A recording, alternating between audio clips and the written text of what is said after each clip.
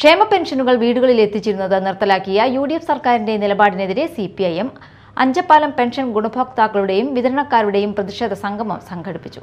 CPIM local centre അംഗം MK Zaheer അധ്യക്ഷത വഹിച്ചു. CPIM മേത്തല ലോക്കൽ സെന്റർ അംഗം അഡ്വക്കേറ്റ് CP രമേശൻ പ്രതിഷേധ യോഗം ഉദ്ഘാടനം ചെയ്തു. ഞങ്ങൾ അധികാരത്തിൽ വരികയാണെങ്കിൽ ഇനി ക്ഷേമ പെൻഷൻ മേടിക്കുന്നതിന് വേണ്ടി നിങ്ങൾ ബാങ്കുകളുടെ 18-ാം പടി കയറണ്ട, നിങ്ങളുടെ ഭവനങ്ങളിൽ നിങ്ങളുടെ പെൻഷൻ എത്തിച്ചേരുമെന്നായിരുന്നു ആ തെരഞ്ഞെടുപ്പ് വാഗ്ദാനം. 2016 ഒന്നാം പിണറായി വിജയൻ നേതൃത്വം കൊടുക്കുന്ന സർക്കാർ ആ വാഗ്ദാനം അക്ഷന്തം നടപ്പിലാക്കി.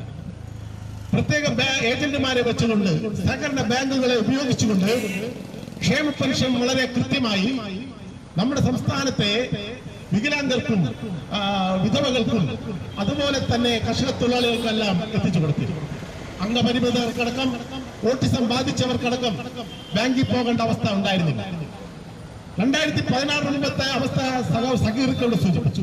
നമുക്കറിയാം, ആകെ നമ്മുടെ രാജ്യത്തെ നമ്മുടെ സംസ്ഥാനത്തെ ക്ഷേമ പെൻഷൻ മേഖല ഒരു കുത്തഴിഞ്ഞെടുക്കുകയാണ്.